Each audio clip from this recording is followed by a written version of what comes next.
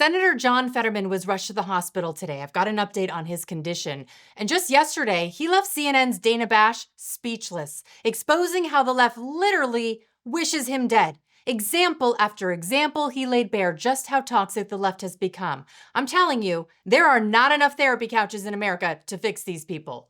And speaking of these people, Jen Psaki caught live on air making an accusation about Trump straight out of Lawsuit Central. Watch the panic hit her face the second she realizes what she just said on national television. And that's not all. Gavin Newsom's former chief of staff was arrested yesterday in a federal fraud case, and a judge just laid down the law on New Jersey Congresswoman LaMonica McIver, the same lawmaker who apparently thought it was a good idea to body slam ICE agents. It is a jam-packed show today. Hit that like button if you're wishing John Fetterman well, because we're not like the left. We don't wish harm on our political opponents. And if you're new here, subscribe to the channel so you never miss the chaos that's always happening in Washington. Well, if there's one thing 47 does well, it's keeping promises. Remember when he said he'd give a $10,000 bonus to agents who didn't miss a day during the Democrat shutdown and even picked up extra shifts to help out? Well, today, Secretary Kristy Noem, she made it happen. Checks in hand, smiles all around.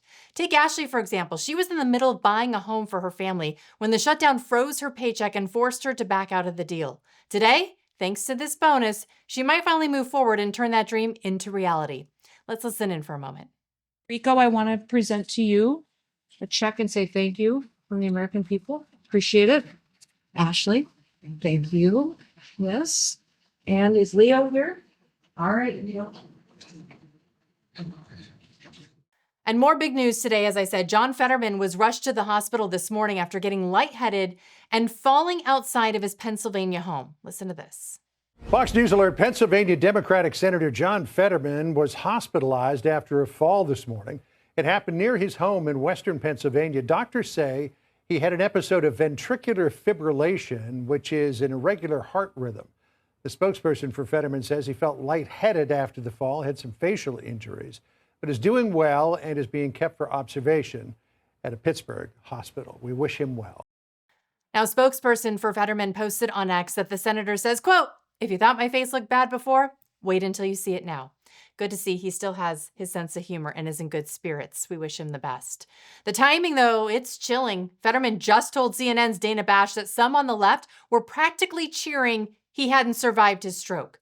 Watch Dana squirm as Fetterman lays out the shocking laundry list of left-wing rhetoric and how it stacks up against what the right is saying. When I asked my digital team, I said, we're on all the platforms, really what's kind of the harshest, what's kind of the most personal? And the answer was immediate. He said, oh, blue sky, it's blue sky. And the difference is, the right would say really rough things and names, some names I won't repeat on TV, but the on the left, it was like they want me to die, or that we're cheering for your next stroke, or that's terrible that depression won. Why couldn't it depression won? I remember one, they claimed, oh, the doctor let us down, and why did they have to save his life? Just really, I just can't imagine. People are wishing, I wish he dies, or I want him to die, literally cheering for a stroke. And I don't know what the kind of a place where that comes from.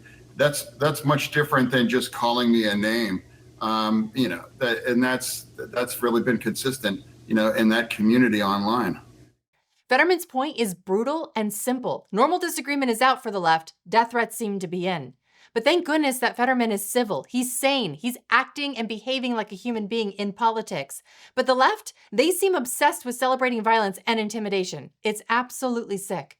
And then you have Katie Couric, twisting Fetterman into condemning Charlie Kirk after his tragic execution. She hammers moral outrage, but offers zero examples of dangerous rhetoric from Charlie. Just vague hand-waving and the classic, trust me, I'm a Democrat and I said so.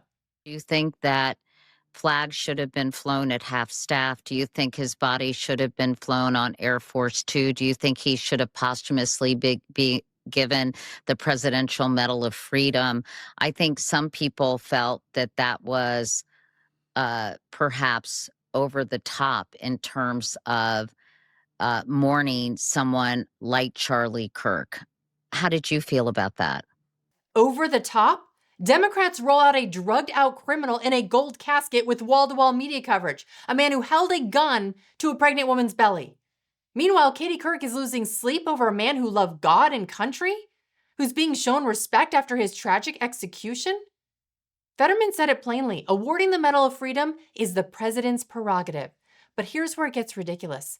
Couric goes broad brush, like every other Democrat, claiming Charlie Kirk said terrible things, again without ever citing a single quote, playing a clip, or giving a shred of evidence. Did you have any issues now in hindsight over some of the things that Charlie Kirk said and some of the rhetoric he used during his life? I didn't agree with much of it. I didn't closely follow his specific kinds of views, but I did. I'm sure you learned about them after his death, though. No, I haven't done a deep dive on it. I described, we've all seen that terrible video. Perhaps if you've seen the actual video, I have. And it's like appalling. And that's part of the political violence. And I just chose not to take the opportunity to argue his views after children lost his father in the most violent public way. Liberals need to put up or shut up. Show me some of the clips that you're talking about where Charlie Kirk is spouting dangerous or offensive rhetoric, because I've looked and they don't exist. I usually respect John Fetterman. He's a reasonable, level-headed Democrat, but shame on him for not pressing Couric to cite a single example when she tried to rope him into condemning Charlie with nothing but vague accusations. I think some people might say Charlie Kirk's rhetoric was extreme. I agree. I think we agree that we probably didn't agree with much of what he said. And I'm sure we both agree that you shouldn't shoot people, and you shouldn't execute them in public. The problem here is Fetterman already admitted that he didn't look into what Charlie Kirk said. He didn't do a deep dive, but now he's claiming he disagrees with everything? That's a man who normally knows right from wrong, but now he's bending to his base and their baseless smears. And of course, the media, well, they can't resist a shiny new distraction. They sniff a Democrat rumor and sprint after it like it's Watergate 2.0, except this one's just a nothing burger with a side of Epstein sauce. See, Democrats toss out a whisper about Trump, and suddenly MSNBC, CNN, and the entire clickbait brigade, they're in full meltdown mode. So what's the so-called scandal? Well, apparently Trump might have been in a house where there might have been some girls. That's it. No crime, no connection, just enough to keep CNN's coffee pots boiling. But before we get to the media's meltdown, let's look at what actual witnesses say. Those people the press pretend don't exist at this point. Virginia Giuffre, the alleged victim the Democrats are using for this smear, has gone on record saying Trump did absolutely nothing wrong. And that was under oath, by the way. Plus, there's this. But here's the most important person you have, not under oath. Dershowitz. Dershowitz was Epstein's lawyer, and lawyer-client confidentiality ends with death. Dershowitz went on television today, said, I have all of the Epstein stuff, and there isn't anything. And I asked Epstein directly, while I was representing him, whether Donald Trump was involved in any kind of untoward activity. And Epstein said no. So now you have the three principal players in this case all saying the same thing. Yet the press is so irresponsible, so corrupt, so hateful, they will not even mention that. It's death by innuendo. That is what they are aiming for. The media's completely lost it. Just watch Jen Psaki on MSNBC. She gets so excited over the fake Epstein email story that she blurts out, Trump's a predator, on live TV. And then she panics, like she just saw a subpoena flash before her eyes. You can almost hear the lawyers yelling, walk it back, as she scrambles to clean it up. Watch this. In supporting what Donald Trump is doing. You're talking about the other predators out there, in addition to Trump. I'm not saying he is. We don't know all the details about that. I just mean in addition to what we've learned about Epstein and others, there's other predators out there. There are. There it is. Psaki's mouth outrunning her legal team. She calls Trump a predator and then backpedals faster than Joe Biden on a bicycle. This is the playbook. Pay attention. They make the accusation, they walk it back later, and then they count on viewers to forget the truth.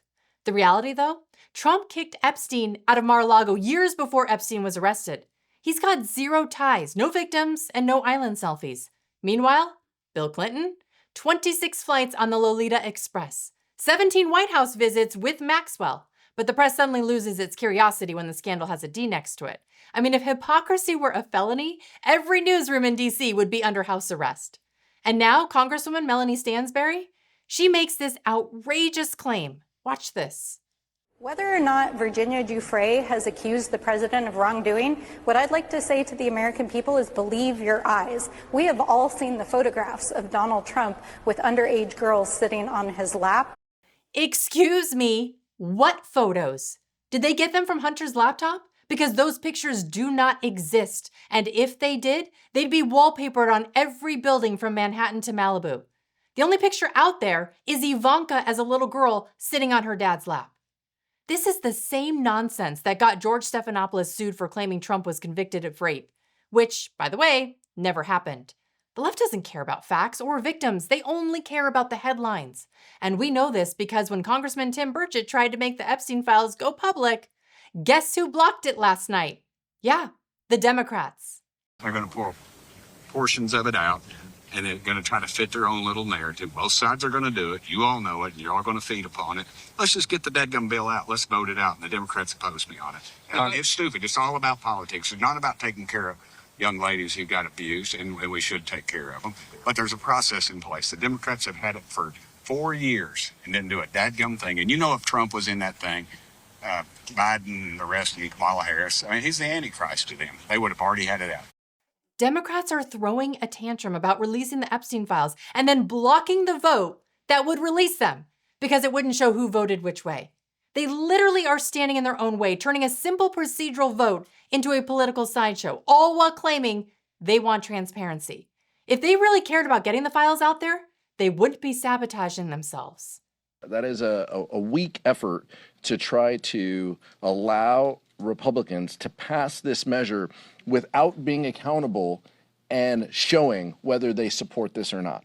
So let's call the vote. The discharge process has its rules. Let's bring the question up. Nothing prevents the speaker from bringing this up tomorrow if he wanted it done. They also could have released the Epstein files when Biden was in office, but they didn't. Why? Because if there was anything even remotely damaging to Trump, it would have been on MSNBC before breakfast. As Stephen A. Smith put it, the whole thing is just a circus. Ladies and gentlemen, keep in mind that the Epstein files were in existence and free to have been opened during the Biden administration. You were there for 4 years. How come you didn't open it as a Democratic Party then? What am I missing? I'm not saying I know. It's a legitimate question. Maybe I don't remember the answer. Maybe my extraordinary producers should be able to help me during the commercial break. But from my understanding, the same files that were open or being open now with the 220 pages of documents or whatever it is, with various emails, that could have been done when Biden was in office.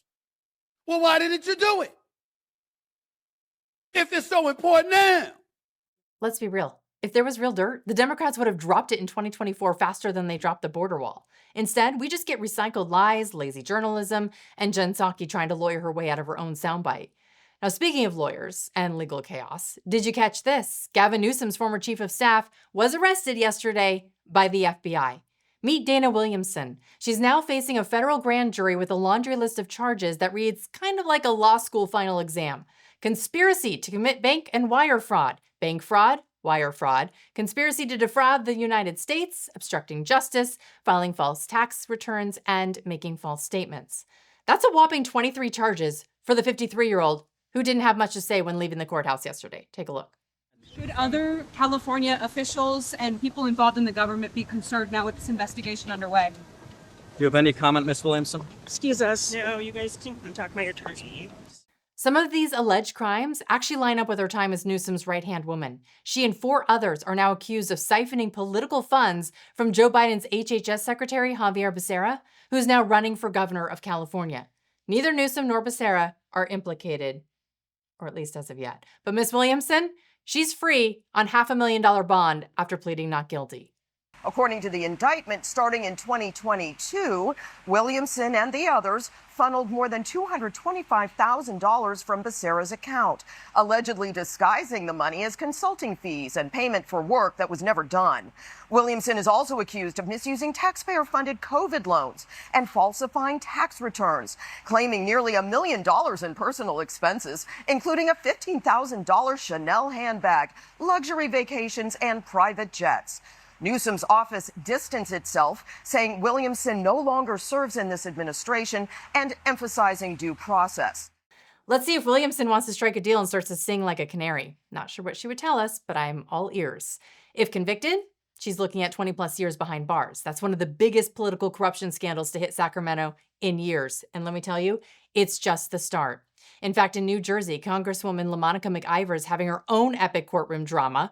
Her motion to dismiss 2 of 3 counts for a scuffle with ICE was just denied. She apparently thought protocols didn't apply to her when visiting the ICE facility, and instead, she thought she could just fight her way in. Well, the indictment says she slammed a federal agent, grabbed him forcibly, and even used her arm to strike another. Clearly, oversight responsibilities are optional if you're a congresswoman. Now, in that ruling, the judge wrote that McIver, quote, actively engaged in conduct unrelated to her oversight responsibilities and congressional duties. You think? Well, the judge has scheduled a status conference for a week from today in Newark, New Jersey. The political circus continues with a front row seat right here on the Kerri Lane Show, because you know I will have the updates for you. Up next, Jasmine Crocket is crying about having to pay for her own security. Security from what, I ask? Bible-holding, patriotic conservatives? I'm going to show you what all she's spending her campaign donations on. It's mind-blowing. Plus, I break down the violence we just witnessed from the left at the Turning Point USA event, and I'm going to explain what the Trump administration is now doing to the university that failed to protect the students and speakers there. Go ahead, click on that video you see now on your screen, and I'll see you over there. Thanks for watching, everybody. Have a great rest of your day.